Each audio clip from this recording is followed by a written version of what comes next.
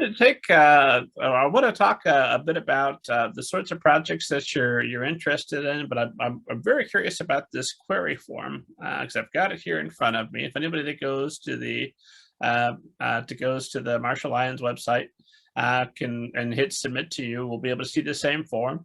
So they've got your name, last name, email address, phone number. Phone number is the only thing not required.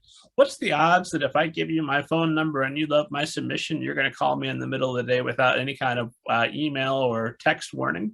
Absolutely zero. There's really no need for me to even ask for the phone number, but we just always do, because my practice when I love something is that usually if I'm reading something and I'm partway through and I love it, I'll email the author when I'm partway through. Not always, but often.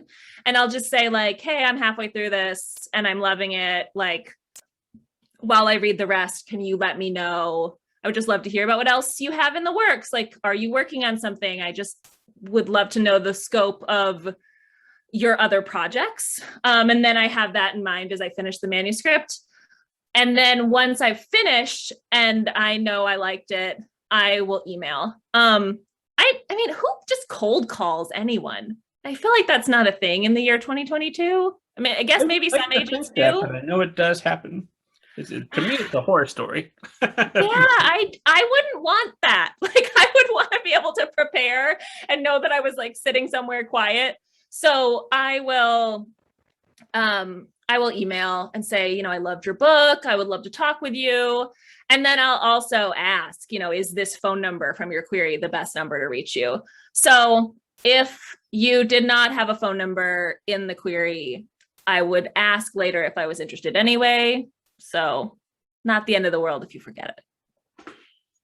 Why would you email midway through reading as opposed to waiting until you've read the whole thing and it doesn't suddenly suck at the end? Usually because if I get about 2/3 of the way through and I'm loving it, I know I want it. Like, anything that falls apart in the last third, I can fix. I'm a really good developmental editor. I can help with plot. And I just, I think part of it is I just get so excited and I get very nervous that the author is gonna somehow get and take an offer of representation while I'm finishing the last third. So I just want people to know, I just want to give people a heads up. As soon as I know that I think I'm interested, I want to let them know.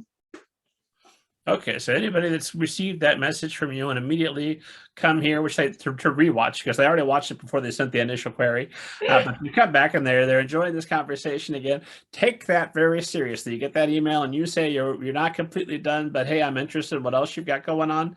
Yeah. This is maybe 3/4 of the way toward happening? Yeah, it's yeah. I mean, I think at that point, it would be the thing that would be more likely to deter me is if I send that email that's I'm liking it, tell me what else you're working on. And if someone had queried me with a YA, but then they email me back and they say, yeah, absolutely, I'm working on an adult international espionage thriller and 7 picture books, neither of which I represent, then that would be the thing that I would be more likely to be I might not be the person for you. And that doesn't mean don't tell me about the international espionage thriller. You should tell me because you really do want an agent who represents everything that you want to work on. And it's better to know that upfront, which is part of why I ask. I'm very much a career focused agent. So I want to know that if the person queried me with a YA, they might have other YA ideas. They don't have to have other YAs written, but I just kind of want to know, are you going to want to keep writing YA? Are you going to want to keep writing other things that I represent? Do you have anything up your sleeve? For example, if someone was also, say, an illustrator, I have no capacity to do that. I know one at our agency represents illustrators. I don't know what makes that I'm making a like big shrug emoji. So like So there you'd are be like some things. cold calling for any illustration submissions at that point then? Yeah, no, I mean, no, because I wouldn't be doing a service to those people. Like if someone wants to represent, or if someone wants to write YA and then they're also an illustrator, which there are a few of those people, there are great agents who do both of those things, but I'm not one of them. Why? And this is just, I'm not an agent thing, so I'm curious. Why wouldn't it be something worth talking about that you represent the books and then I'll get somebody else to represent just the illustrations? Because you are still one person, like you as the creator are still one person. And part of what a good agent is going to do, in my opinion, as you get further in your career is help you think about prioritizing and think about like not burning out and what your time looks like and what your schedule looks like. And like part of my job is to be up at, you know, the looking down 3,000 feet view and say like, okay, you have this and like this is in development and you want to do this. And how do we make a plan for the next 2 years, the next 3 years, the next 5 years? And even if you're, you know, on one hand, you're doing illustration and on the other hand, you're doing novels, you're still doing them both. So I think you need an agent who can like look at all of that with you and say, okay, how many projects can you take on in different genres? What do we want to prioritize? How do we make sure that you have sustainable careers in both areas? I think it might work if you had 2 agents at the same agency working with different things, if they already know each other, and then the 3 of you could get on a call. But for me, it would be very hard to do that coordination with like me and the author and then someone else from another agency that I don't know that has their own priorities about like what you focus on, because you know they're only commissioning off of that stuff and I'm only commissioning off of this stuff, so of course we would each want you to focus on the thing that is in our territory. Yeah, don't worry about Patricia's stuff, do mine. Right, exactly. That makes sense. So looking still at this form for through Query Manager, we're gonna put our biography in there, our website, our blog address, our Twitter handle. Are you even gonna look at any of that stuff before you've looked at our pitch and or our manuscript pages? No, I mean I look at the pitch first and I just make sure like, you know, am I excited about this story idea? Because that's the core thing, you know, and that's going to be the core thing for me. And then it's going to be the core thing for an editor. And then it's going to be the core thing for the editor selling it to their team. And then the salespeople selling it to booksellers and booksellers selling it to customers. Like it's got to be an interesting premise. If I'm interested in that, I usually will go look at the bio and just see like, does this person, who is this person? Like, do they have other publishing experience? I represent a lot of poets. So like, have they published poetry? Have they published in literary journals? None of that is a necessity, but like if my interest has been piqued by the pitch, then I just am curious and want to know. And then regardless of what the bio says, like if the bio is never make or break, I will flip back and read the pages. And the pages are really like, if you've ended up in that maybe pile, you've ended up in the maybe pile probably because I liked your pitch, but I don't have time to read your pages yet. So you get on the maybe pile on the pitch, and then when I have time to sit down with pages, I read the pages. If I don't think the concept is sellable on the pitch, or it's not for me, it's not a genre I represent, it's not something I think editors are looking for, I might not even make it to the pages, honestly. There needs to be like a certain amount of interest for me to get to those pages. Gotcha. So it could be the world's most incredible writing, and you'll never know about it if that pitch doesn't pique your interest early. Yeah, because also like, I mean, sometimes the pitch is confusing, but I think there's something interesting there. That's another maybe pile situation where I'm like, I don't think this pitch is quite working, but I could be intrigued, you know, like there's something about the voice in the pitch or there's something about the premise that is like piquing my interest. So it's not that it has to be a perfect pitch. But if I'm not seeing something in the pitch that makes me think like, I could see an editor getting excited about this, I could see a reader getting excited about this, it could be the best, most beautiful writing, and it's not going to sell anyway. So, I would just rather, like, hopefully the writer comes back to me maybe with something that's a little more saleable in the future. I mean, a no for me on queries is definitely just a no for that project. So I'm always happy to hear from people later.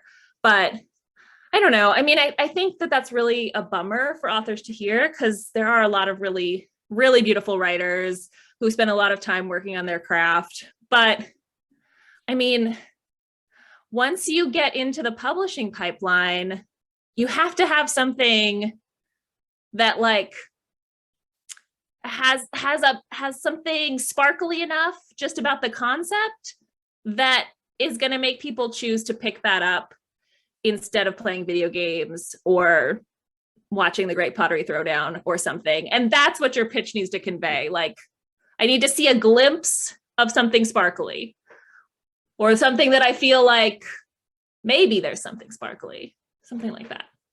And it has to be so apparent that right there in that pitch, you can find it, so you can sell it to others. Yep. My colleagues, both of the owners of our agency, Kevin Lyon and Jill Marsal, don't even ask for pages at the query stage. I was like the innovator at my agency in asking for pages at the query stage. But for them, like, they're both brilliant and they're very experienced saleswomen. And their thing is like, if I don't see it in the pitch, an editor's not going to see it. Like, come back with another project, basically. Gotcha. And then how many queries are you getting on a daily basis, weekly basis, would you say? Well, I have Query Manager now, so I know. Query Manager breaks it out monthly. So monthly, I get between 300 and 500, depending on the month, actually. So that's like, what, like 10 to 17 a day or something, math, something. A couple of English majors, we're going to be here all day. Right. It sort of ebbs and flows. Like, I was closed for a long time because COVID was just wiping me out. So I was closed for like over a year during COVID. And then when I opened, I got like, 600 queries in a month. I also got a lot in January, because I think a lot of people are querying New Year's resolution. I'm going to query my book. So that was the other biggest month. And then like, I didn't get as many in December. I don't know, maybe people are told not to query in December. Well, what I just heard is that's a gold mine. That's when you should be sending your queries. I mean, to me, I don't, because I'm really like on top of this right now, possible future listeners.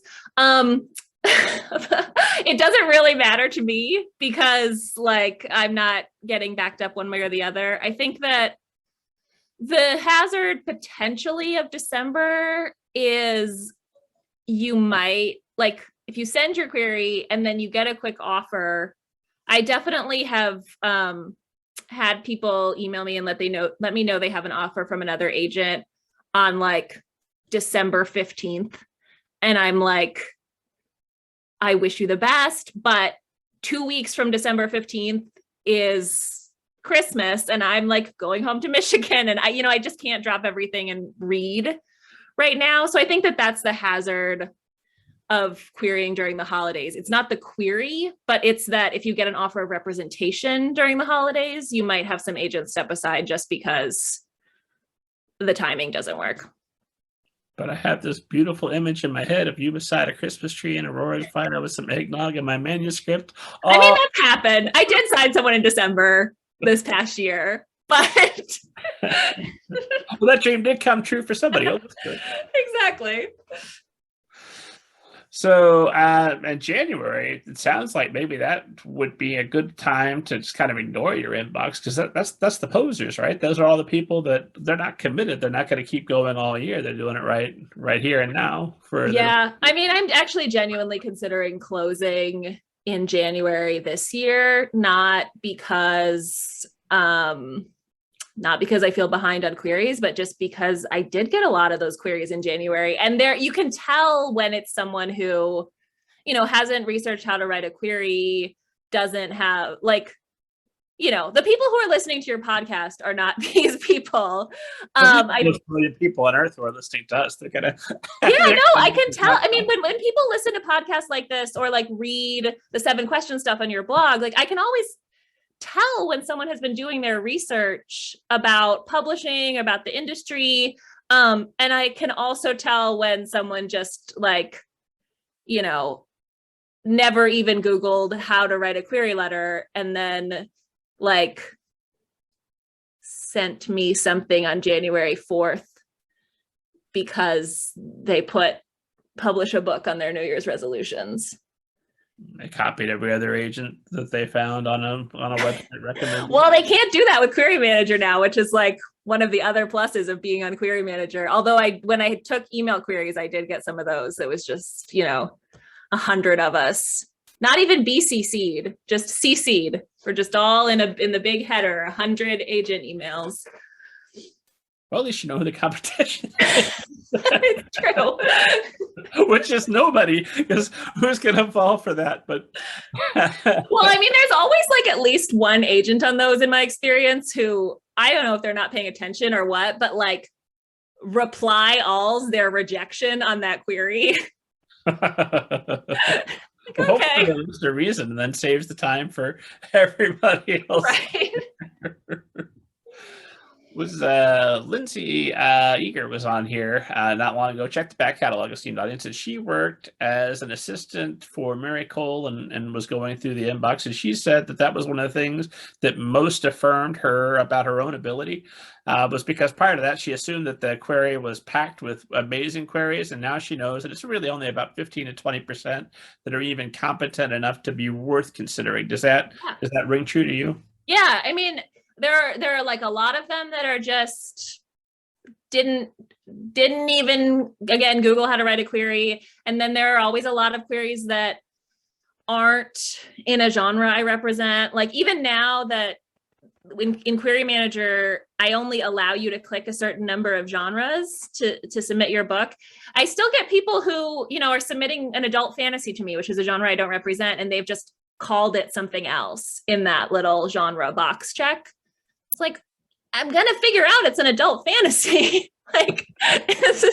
You're not flying under the radar. So there's a lot of that. And then there's also